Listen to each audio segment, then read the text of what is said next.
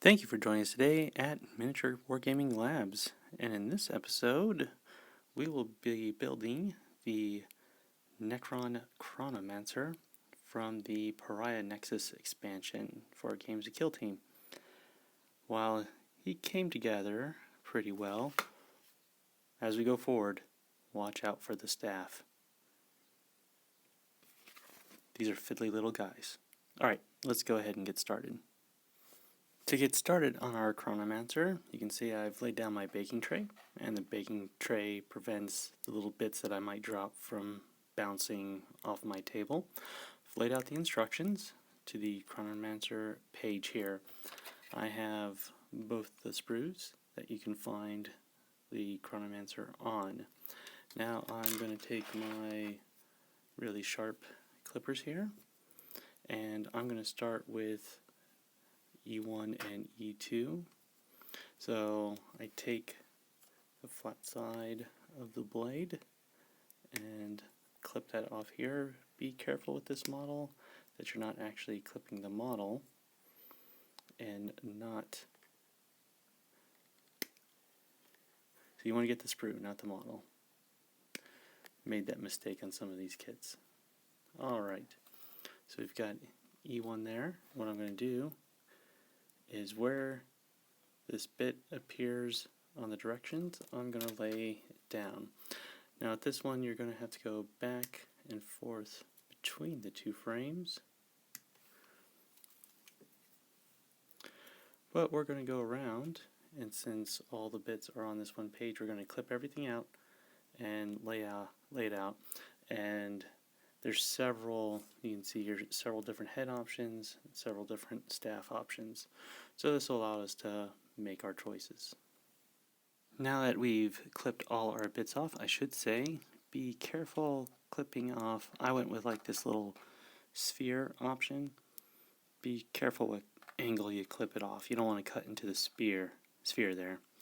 Alright, so what I'm going to do next is I'm going to take my X-Acto blade,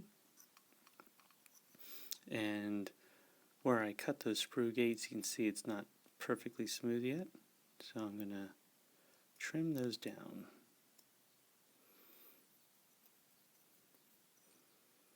And with Necron ones, you got to be delicate with this.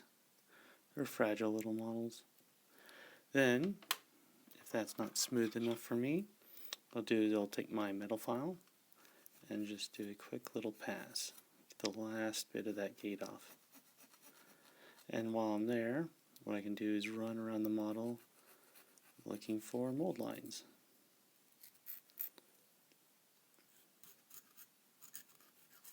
And if you line up all the little sprue gates that you clipped off, you'll probably find there's this little line that connects them all. That's from the mold. And I tend to put a wash on my objects so the mold line will show up. So I just don't want that to affect my paint job. And once we're done, we'll set it back where it belongs, and we're going to go around and clean all of these. Now all the little pieces we're going to be working with have been scraped and cleaned. They're good to go. Once again, the most troublesome part would probably be the sphere down there. Alright, so now let's start the gluing. And I am going to use plastic glue. That little needle always comes out. And the Necrons are nice and spindly, so we don't want to glue them overly much. We won't get a good fit that way. So I can look at the back here, and I can take this guy, and we're going to do a dry fit. Make sure we have a sense of where he's actually going to go. That way we know where to glue. Alright, and the helpful part is you'll look on the model, and you'll see they have an area highlighted yellow. And that's a good spot to start your gluing. Alright.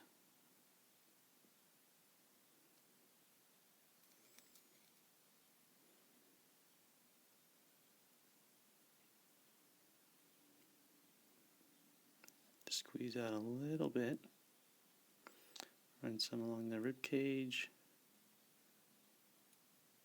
There.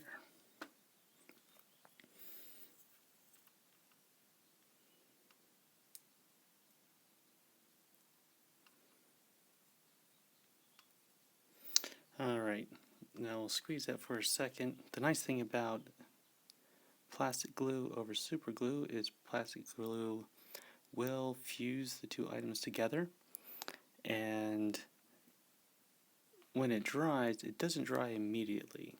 It takes a while for it to set. So what that allows you to do is it gives you a little play. However, given the number of pieces and how interconnected that these pieces are, what that means is we're going to jump around and build the model in pieces. So we're going to let that set a little bit, because when I start, if I just glued these on in order, I risk bumping the pieces, and then I'd have to go back and fit them properly. So let's get this little guy's hand here. Okay, like that.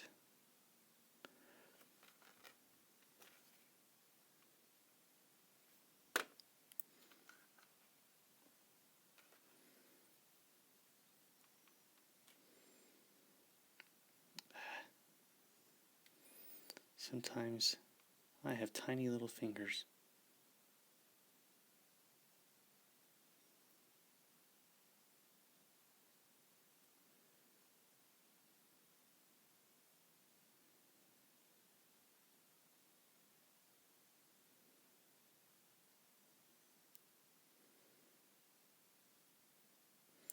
Sometimes we want to get the angle right on these. There's his little hand. Now, like I said, if I bump this guy, it'll fall off the hand. So what I'm going to do instead is I've glued that, and I am going to, I'm not going to set him down. So I have one of these things, and it has a little claw that I can place wherever I want. And so I am going to let gravity do the work, and I'm going to let my little claw hold him until that glue sets. That is spindly as heck. Alright, let's move back to the main torso. Do our dry fit for his fancy. Okay, that will fit. Alright, so I'll glue this part.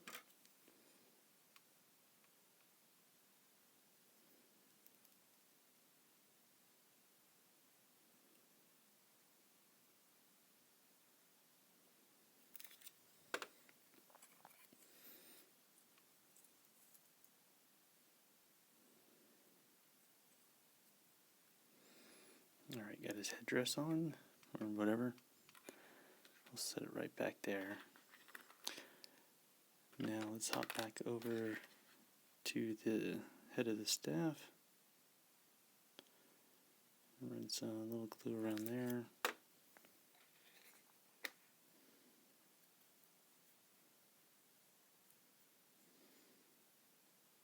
Okay. Let's make sure I pick the right ones.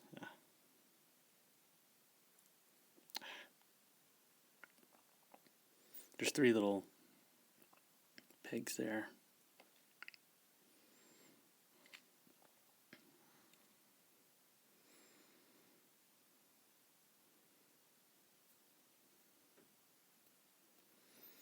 Gotta be careful with plastic glue, especially if you want a nice smooth object. It gets sticky.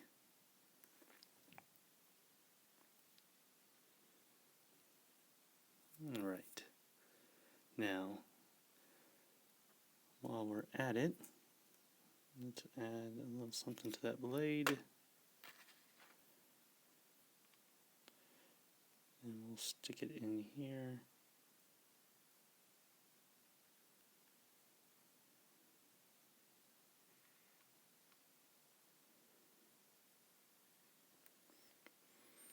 Alright, Now I'm going to go back to my little holder. I'll just let that sit there for a while.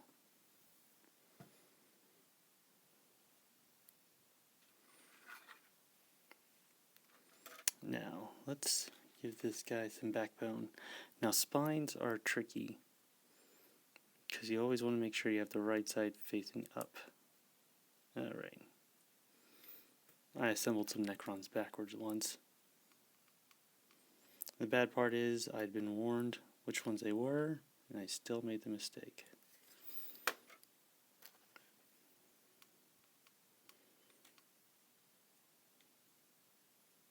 Yeah, you want the little cable will be what runs into the back of his skull. So while we're at it, we'll just go ahead, put the skull in, just in case we did the spine wrong. We still have a little time.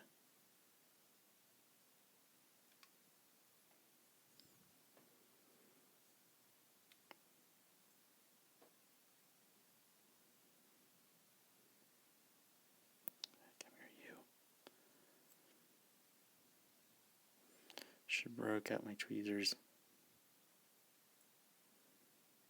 Looks like you can play around with where you want his head. Like cocked at a jaunty angle to show his disdain.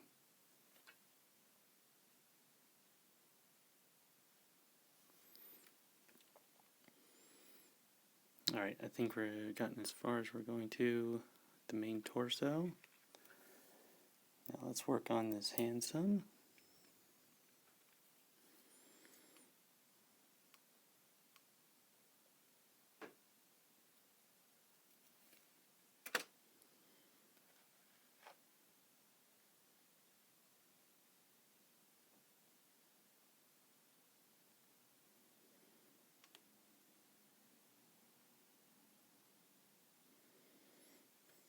It's a cool little cube. It's got some tiny bits in there.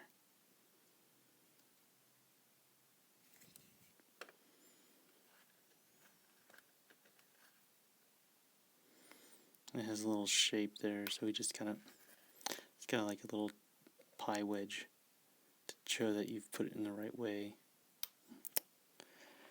Should have gotten my tweezers out. There we go.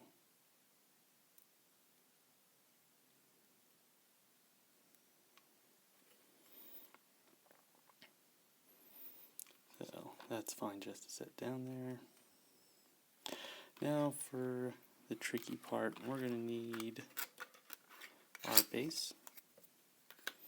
And as you can see here, one of the little tentacles gets attached to the torso and then gets attached to the staff. And since we're lining up 3 pieces, that's always fun. So that's why I like using plastic glue, is if I mess up at the angle, we can jiggle it around until it fits right. So we'll start with the tentacle.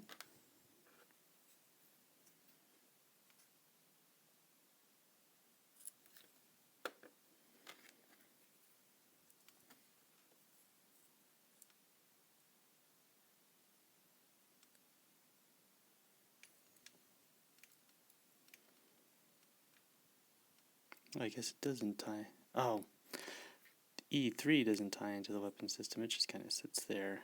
That one ties in. Okay, I'll make it a little bit easier. I was scared of that part.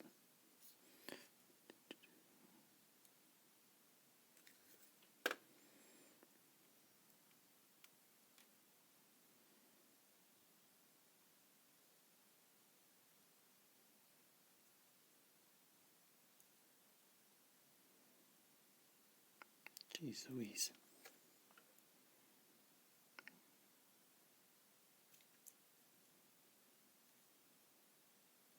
Seems like it wants to fit like that.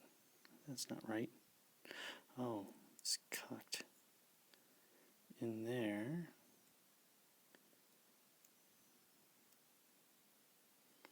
Jeez. Fitted through more. Oops.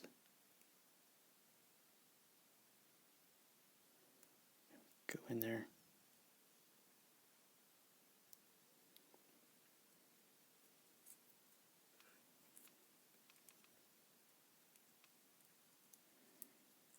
Oh my God.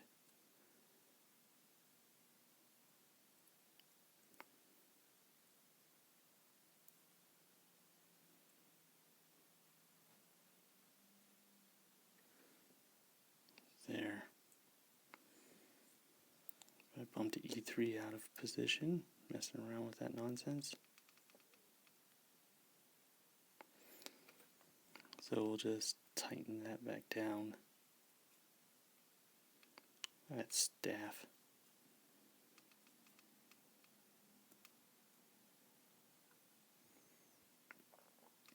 Trying to hit some of these angles. Okay. You know, we're going to let that guy sit for a while. So let's go ahead and mount him to the base. And for that I'm going to use some super glue.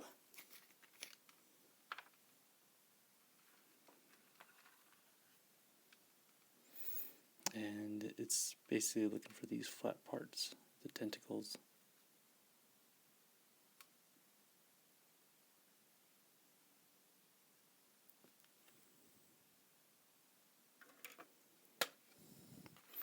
Anyway, take our little model, we look at our base. I want as much of the model hanging inside the little cylinder that the base forms.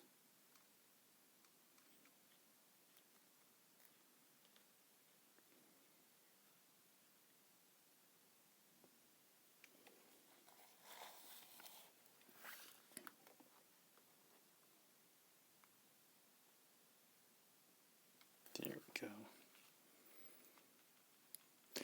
Just so, you gotta imagine when you put this guy in the foam base, you want to make sure he's gonna, on his base, you want to make sure he fits in the foam case. That'll be his storage and transport. So now we'll attach the arm. Be done with this little guy.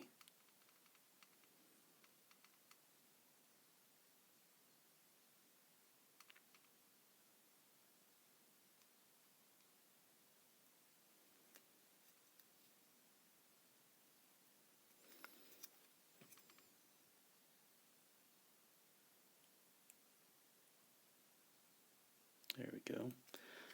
Either I'm getting low or I need to clean out the barrel.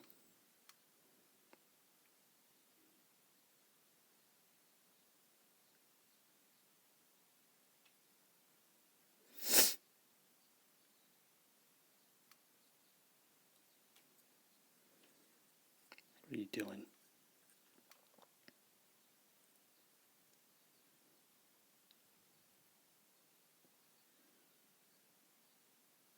That. Okay.